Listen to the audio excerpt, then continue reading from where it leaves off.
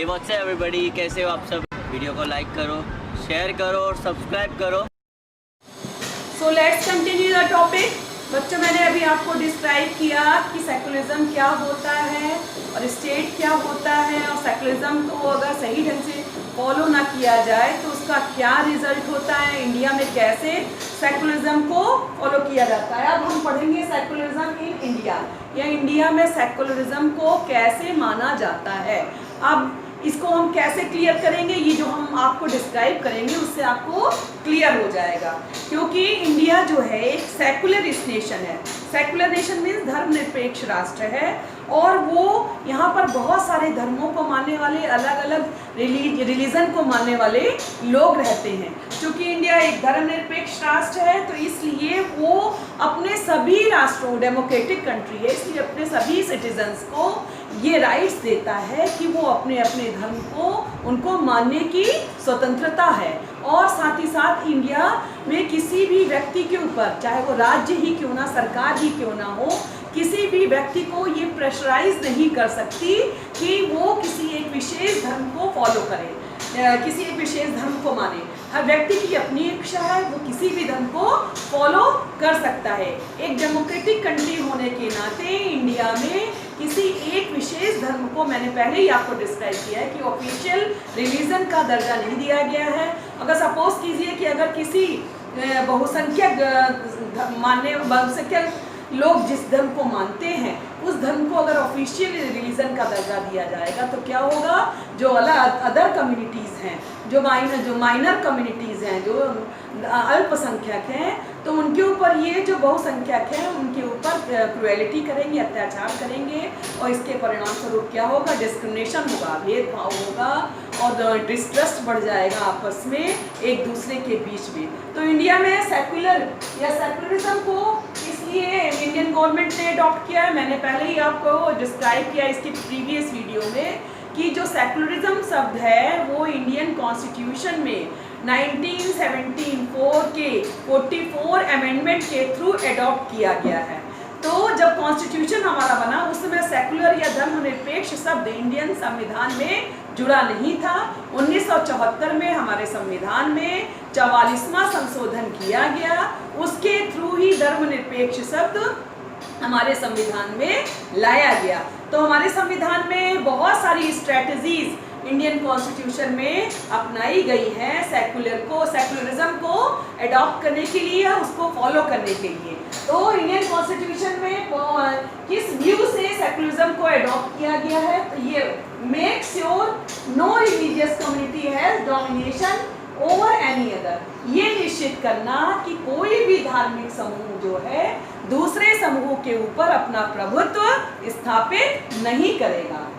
Second point है make sure that every citizen has freedom to their choice and the state shall take no part in forcing any one religion or taking away the freedom।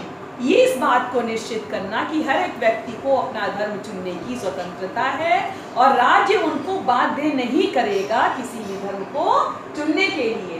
Third point है make sure that none within the same religion community dominate or pressurize any other members of their religious community। ये निश्चित करना कि कोई भी या उस किसी भी धार्मिक समूह का कोई भी व्यक्ति अपने समूह के अन्य व्यक्तियों के ऊपर अपना प्रभुत्व नहीं स्थापित करेगा, उनको प्रेशराइज नहीं करेगा, उनको उनके ऊपर प्रेशर नहीं डालेगा। तो इन व्यूज के थ्रू हमारे इंडियन कॉन्स्टिट्यूशन में सेकुलरिज्म को अडॉप्ट किया गया है। अब यहाँ पर एक और क्वेश्चन पुटअप होता है बच्चों कि how does Indian secularism work, किस तरीके से भारतीय निरपेक्षवाद काम करता है या भारत में धर्मनिरपेक्षता काम करती है। तो 3 पॉइंट्स हैं, हम ये देखेंगे। फर्स्ट पॉइंट है separation of religion from itself. Separation of religion from itself means धर्म से राज्य को या सरकार को अलग रखना। इसको हम एक एग्जाम्पल के थ्रू आपको क्लियर करेंगे।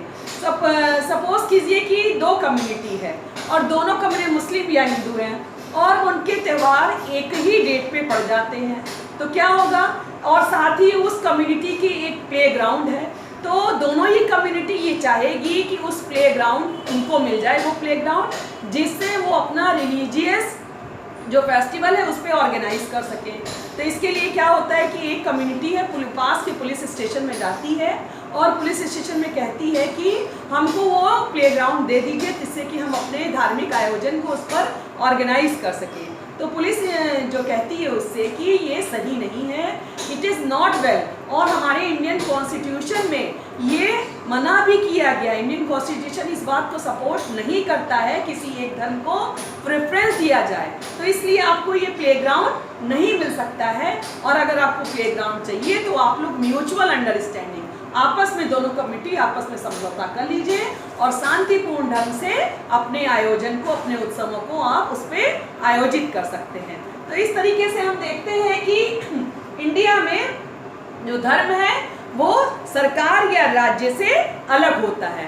सेकेंड पॉइंट है नॉन इंटरफेरेंस। नॉन इंटरफेरेंस मतलब कि धर्म जो है वो किसी सरकार के, गवर्नमेंट के या कामकाज में इंटरफियर, या गवर्नमेंट जो है वो धार्मिक रीति रिवाजों या अनुष्ठानों में इंटरफियर नहीं करती है।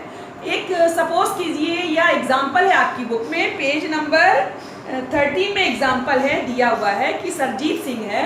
सरजीत सिंह एक सिख है और वो इंडियन आर्मी को ज्वाइन करता है। इंडियन आर्मी को ज्वाइन करने के बाद उसको हमेशा डर बना रहता है, क्योंकि इंडियन आर्मी का एक निश्चित डेफिनेट रूल होता है, कोड होता है कि उनको अपने हेयर जो होते हैं शॉर्ट रखने पड़ते हैं, एक स्टैंडर्ड के हिसाब से रखने पड़ते हैं, उनको कट कराने पड़ते हैं।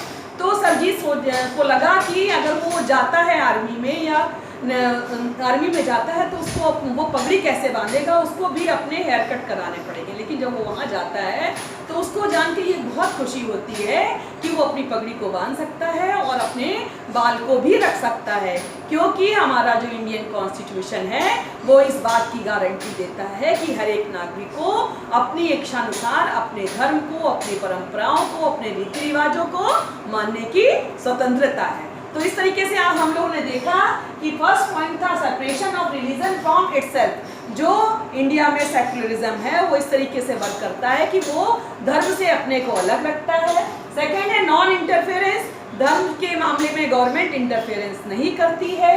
थर्ड है इंटरवेंशन। इंटरवेंशन मीन्स कि एक ही धार्मिक समूह में जब कुछ लोग अपने ही धार्मिक समूह के दूसरे लोगों के ऊपर डोमिनेट करते हैं तो वो कहलाता है intra religious domination. Intra religious domination suppose कीजिए कि हमारे देश में अनटचेबिलिटी बच्चों आप तो जानते होंगे, अछूत की बहुत पहले हमारे देश में, जब हमारा देश आज़ाद नहीं था उस समय हमारे देश में एक ऐसी कस्टम था, एक ऐसी प्रथा थी कि जिसमें कि जो हमारे घर के टॉयलेट्स को साफ करते थे स्वीपर्स, उनको छुआ नहीं जाता था, और अगर वो घर सामने पड़ जाते थे तो जो ब्राह्मण होते थे वो उनको खूब चिल्लाते थे, खूब भला बुरा कहते थे और फिर से नहाने जाते थे। उनको मंदिरों में एंट्रेंस नहीं मिलता था, वो कुओं पर नहीं जा सकते थे, किसी भी पब्लिक प्लेस पे उनको जाने की मनाही थी। और इसके साथ ही साथ वो जहाँ पे वो रहती थी सारी कम्युनिटी, उससे अलग उनकी बस्ती बनाई जाती थी, उनको किसी को छू नहीं सकते थे। तो अनटचेबिलिटी या अछूत यही कहलाता था। अब तो बहुत सारे लीडर्स ने इसके लिए कोशिश की। महात्मा गांधी ने, डॉक्टर BR अम्बेडकर ने बहुत लड़ाई लड़ी या अछूतों को उनका अधिकार दिलाने के लिए, क्योंकि डॉक्टर अम्बेडकर का कहना था कि कानून में या इंडियन कॉन्स्टिट्यूशन में ऐसे किसी नियम को जगह नहीं है। इसलिए जब भारत आज़ाद हुआ और संविधान बना तो उन्होंने इसको भी एक अस्पृश्यता या अनटचेबिलिटी को भी उसमें डाला, जो कि एक अपराध माना जाता है, जो कि अब एक अपराध माना जाता है। महात्मा गांधी ने हरिजनों को, जो स्वीपर्स थे उनको हरिजन नाम दिया। हरिजन का मतलब होता है ईश्वर के जन। इस तरह से उनकी वैल्यू बढ़ाई, समाज में उनको स्थान दिलाया। तो हम देखेंगे कि हमारा जो इंडिया है वो सेकुलरिज्म को सपोर्ट करता है और इसके साथ ही साथ वो किसी भी धर्म को, किसी एक विशेष धर्म को प्रमोट नहीं करता है। अगर ऐसा करेगा तो फिर हमारा देश जो है वो ग्रो नहीं कर पाएगा। गुड मॉर्निंग बच्चों, myself doctor Renu, welcome to my class. अपने प्रीवियस वीडियो में मैंने आपको डिस्क्राइब किया था कि सेकुलरिज्म इंडिया में किस तरीके से वर्क करता है और कौन कौन सी स्ट्रेटजीज फॉलो की जाती हैं इंडिया में सेकुलरिज्म को लागू करने के लिए। अब हम लोग का नेक्स्ट टॉपिक है India versus other countries, secularism in India versus other countries. Bharat के अलावा और दूसरे देशों में सेकुलरिज्म को कैसे फॉलो किया जाता है। तो ये जैसा कि आपको मैंने अभी पहले भी बताया कि धर्मनिरपेक्षता क्या होती है, कि वो किसी भी देश के लोगों को ये अधिकार प्रदान करती है कि वो अपने पसंद के धर्म को चुने और उसको माने। तो ये जो सेकुलरिज्म का प्रिंसिपल है, ये हर एक राष्ट्र को ये बताता है कि वो अपने नागरिकों को ये चूज़ करने का राइट दे कि वो कोई भी रिलीजन को चुन सकते हैं और उसको फॉलो कर सकते हैं। तो दुनिया में ऐसे बहुत सारे कंट्रीज़ हैं जो कि डेमोक्रेटिक भी हैं और सेकुलरिज्म भी हैं, लेकिन उन्होंने जो सेकुलरिज्म या धर्मनिरपेक्षता को एडॉप्ट किया है वो अपने तरीके से एडॉप्ट किया। उनको एडॉप्ट करने का ढंग अलग अलग है और वो उनकी रिक्वायरमेंट के हिसाब से, उनकी देश की रिक्वायरमेंट के हिसाब से है। हमारे इंडिया में जो सेकुलरिज्म या धर्मनिरपेक्षता को एडॉप्ट किया गया है उसका नेचर है सेकुलर एंड डेमोक्रेटिक, और इसके साथ ही साथ जो कि विश्व के और भी अदर कंट्रीज हैं उनसे डिफर है। फॉर एग्जांपल जैसे कि यूएसए या अमेरिका का जो सेकुलरिज्म है, अमेरिका का के कॉन्स्टिट्यूशन में ये कहा गया है, अमेरिका का लॉ ये बताता है कि किसी भी परिस्थितियों में, किसी भी सिचुएशन में अमेरिका का लॉ उसके रिलीजियस मैटर में इंटरवीन या हस्तक्षेप नहीं कर सकता है, जबकि इंडिया में सिचुएशन ऐसी नहीं है। इंडिया में अगर ज़रूरत है तो सरकार या गवर्नमेंट धार्मिक मामलों में हस्तक्षेप कर सकती है अगर उससे किसी भी व्यक्ति के फंडामेंटल राइट्स जो है वायलेट हो रहे हैं, इक्वालिटी और जस्टिस नहीं मिल रहा है, तो गवर्नमेंट जो है रिलीजियस मैटर में इंटरवीन कर सकती है। तो इस तरह से हम देखेंगे कि इंडिया और यूएसए के मैटर में दो सेकुलरिज्म में बहुत डिफरेंस है। दोनों में डिफरेंस यही है कि यूएसए में इंटरवीन नहीं कर सकते हैं और इंडिया में अगर रिक्वायर्ड है, ज़रूरत है, तो उसमें इंटरवीन किया जा सकता है। तो बच्चों मैंने पहले भी इसके एग्जांपल के तौर पे मैंने प्रीवियस वीडियो में बताया था कि बहुत सारे की जो अनटचेबिलिटी हमारे इंडिया में बहुत समय पहले से ही मौजूद थी, और इसके अलावा ये जो कास्ट सिस्टम था इसकी वजह से ही हमारा जो देश है ज़्यादा ग्रो नहीं कर पाया। तो उसमें स्वीपर्स के साथ ही साथ और भी अदर कास्ट के लोग और इनके साथ ही साथ वुमेन्स को भी कई प्लेसेस में अनटचेबल माना गया, उनके लिए भी बैन लगाया गया है। फॉर एग्जाम्पल के तौर पर शबरीमाला टेम्पल, केरला में शबरीमाला टेम्पल हिंदुओं का एक प्रेस्टिजियस टेम्पल है, बहुत इम्पोर्टेंट टेम्पल है। वहाँ पे 10 से लेके 10 ईयर्स से लेके 50 ईयर्स की वुमेन्स को अंदर जाने से, एंटर करने से मना किया जाता है बायोलॉजिकल बेसिस पे, और ये माना जाता है कि वो अपवित्र हैं, इसलिए वो मंदिर के अंदर नहीं जा सकती हैं। तो इस केस की सुनवाई बहुत चली, लंबे समय तक चली, और जस्टिस दीपक मिश्रा ने ये डिसीजन दिया।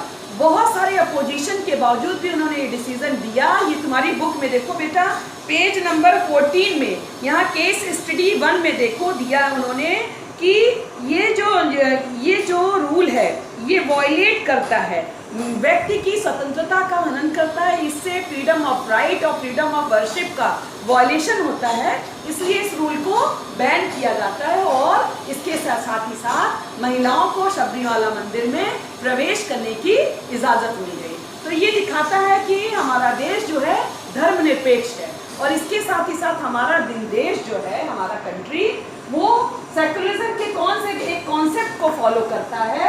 वो कॉन्सेप्ट है प्रिंसिपल डिस्टेंस।